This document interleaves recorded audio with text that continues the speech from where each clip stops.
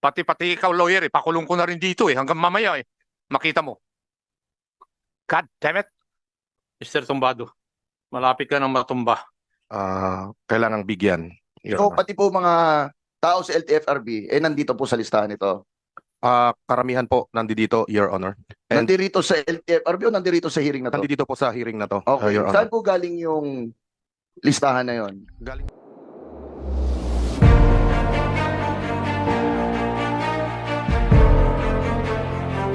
Mr. Chair, excuse po.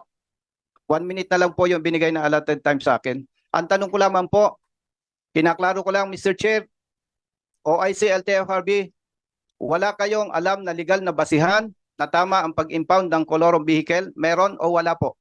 Executive Order 202, Mr. Chair, yung nag-create ng LTFRB. Pero nirerespeto po namin yung DOJ opinion na ibinilabas.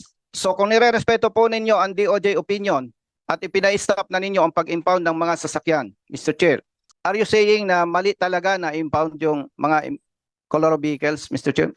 Legally? Kung itutuloy po namin yon despite the DOJ opinion and without deputation from LTO, mali po yon. Kaya po kami sumulat sa LTO para magpa-deputize na po. In the meantime, hindi po kami nanghuhuli.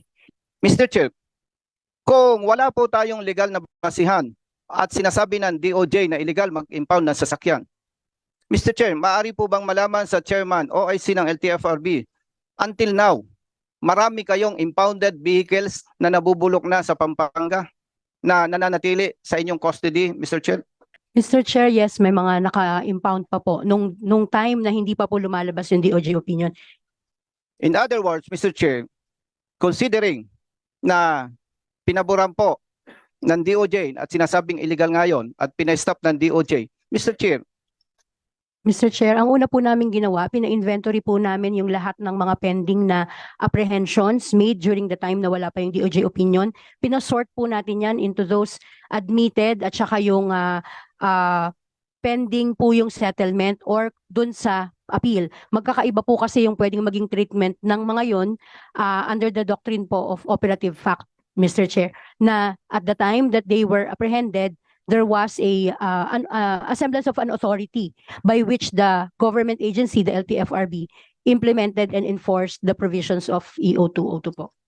ganito nga po, Mr. Chair.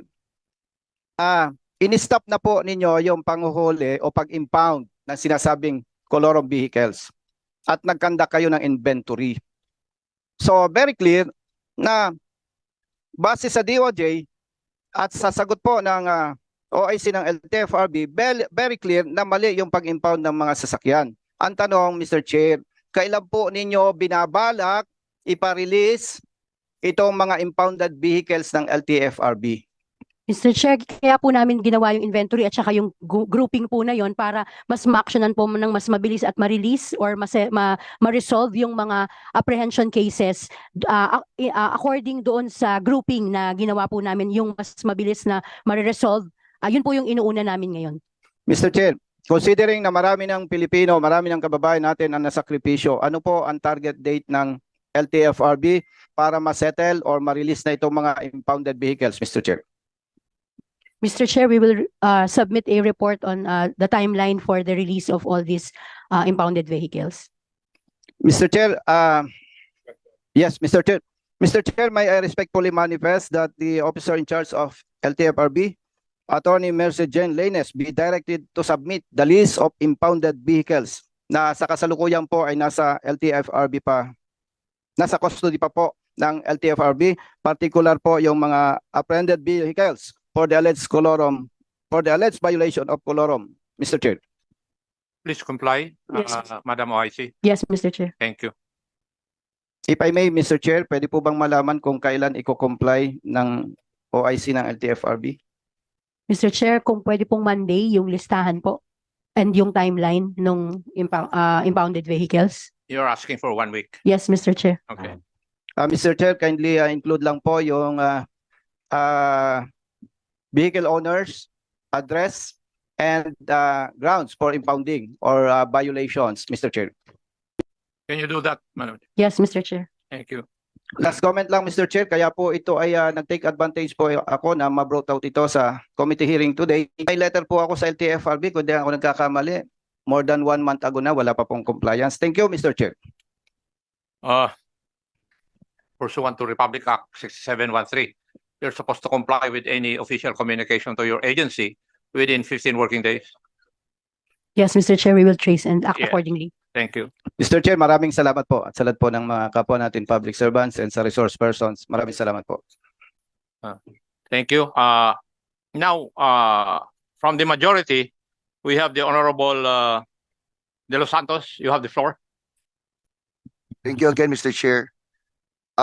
My first question is to Chairman Guadis.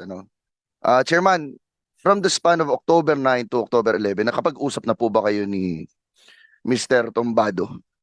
With the permission of the chair, he came out to accuse me. I initially called his close friend, and then we met the next day, and I asked him why he did that, and it was an outburst of his feelings. So we decided to reconcile, and he volunteered to recant, and he So felt so. personal po kayo nakapag-usap? Yes, we did, Mr. Chair. I Okay na spoke po yun, with sir. him. Maraming salamat. According to Chairman Guadis, you want to tell the truth, no? Para Yes, Mr. sa Chair. benepisyo ng inyong ahensya at para na rin po para sa peace of mind ninyo, no?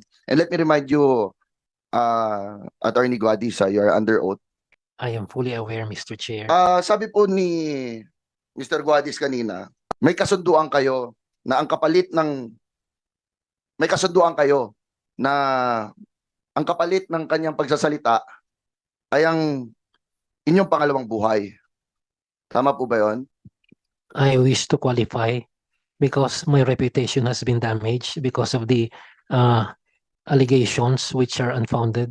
So I asked him to rectify all those allegations against me because that would give me the So may chance. kasunduan po kayo na Mr. Tombado, ibawi mo na yung sinabi mo. Hindi po ganun po ang Paano po? kasunduan namin.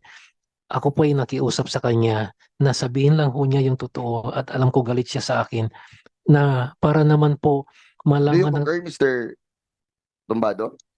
Na kaya po inatras nyo ay dahil nakiusap lang po si Attorney Guadis. Yes, Your Honor. So, ibig po sabihin, sabi nga po ni Congresswoman Arenas, milyong-milyong tao po yung sinabihan nyo, no?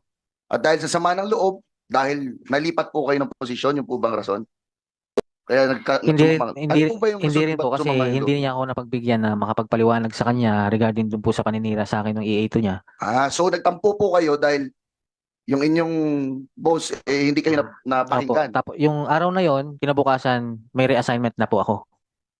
nang walang timbre Na man walang lang. timbre. Kaya sumama yung loob mo. Yes. At dahil doon, gumawa po kayo ng kwento na si Chairman Guadis ay involved sa isang korupsyon at to the point na gumawa pa kayo ng alleged splices ng conversation. Yes, Your Honor. Oo. So lahat ng to, nagawa mo dahil hindi ka napagbigyan. Ay, hindi ka napakinggan. Hindi po. Opo, yes, Your Oo. Honor.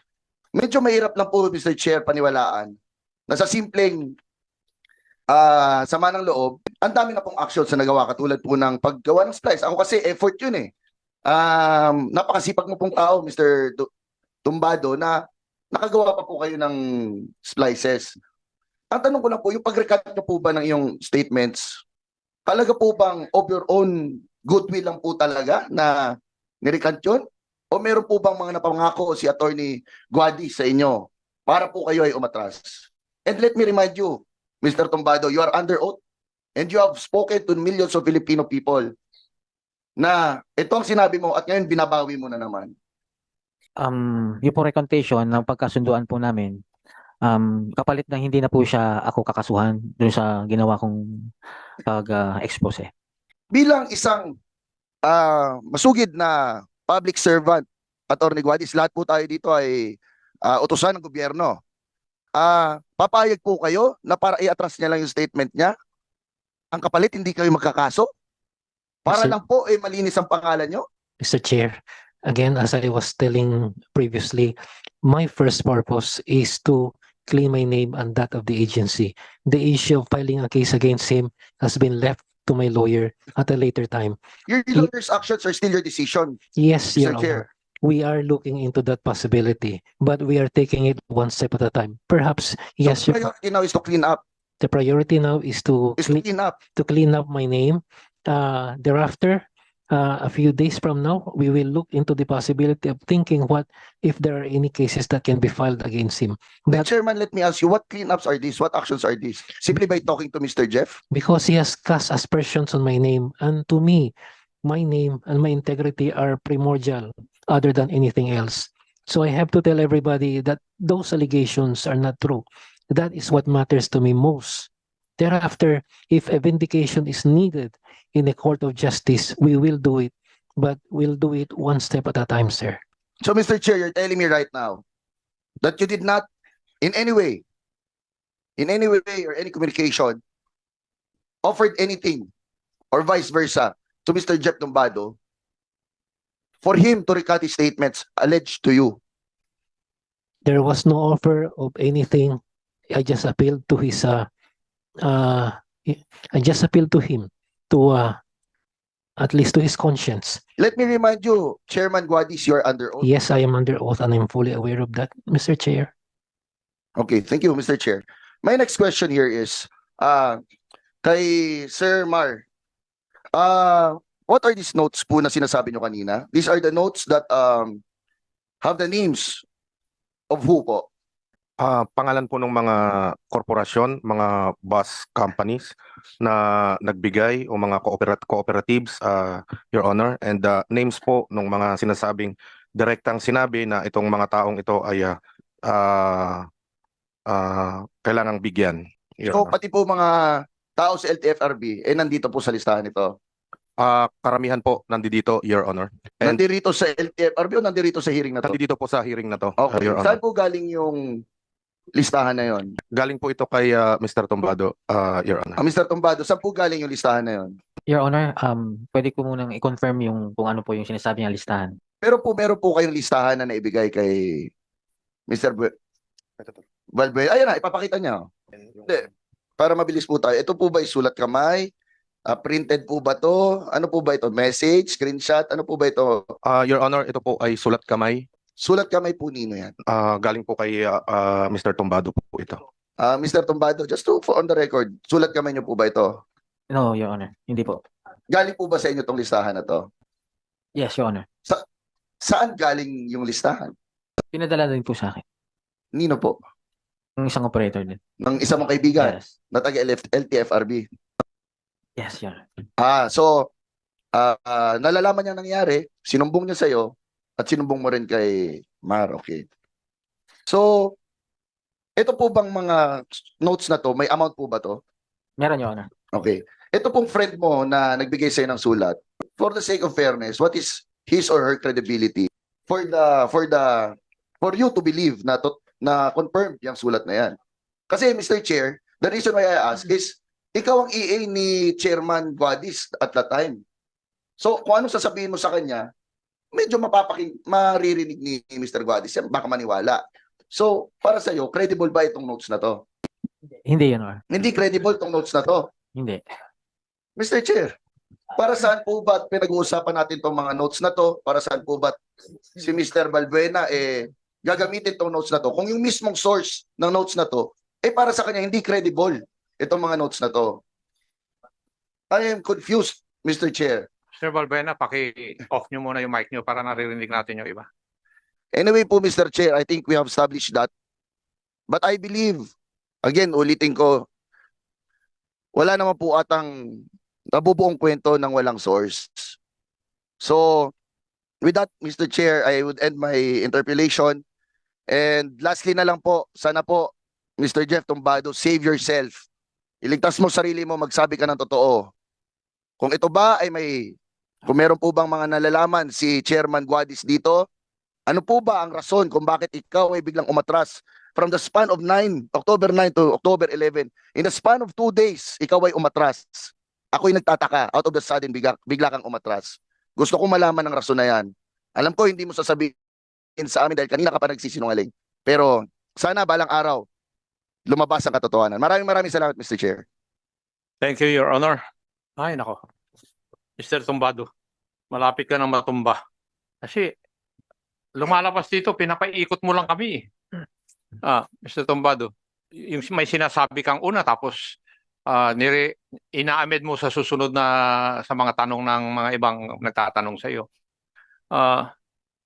For example, yung listahan, tanong sa iyo saan nanggaling, sabi mo operator.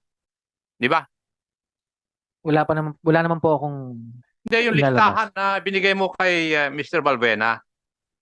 Ang tanong ni Honorable De Los Santos kanina, saan galing yung listahan na yun? Dahil hindi mo inamin na sulat kamay mo. Oh. Saan galing? sa operator po. Sa operator. Hindi sa LTFRB. Kasi yung sunod na tanong niya kanina naman ni Honorable De Los Santos, sabi mo na naman, LTFRB. Which is which? Alam mo, Paano hindi po? ako nakikinig sa sagot mo. Wala po siya sa LTFRB. Wala. Sa operator. Yes. Now, who is that operator? Hindi ko po mapangalanan para Bakit? protektahan po. Para sa Meron bang national security yan o ano? para sa protection niya po. Alin? Para sa protection. If you're not going to answer that question without any legal basis, I will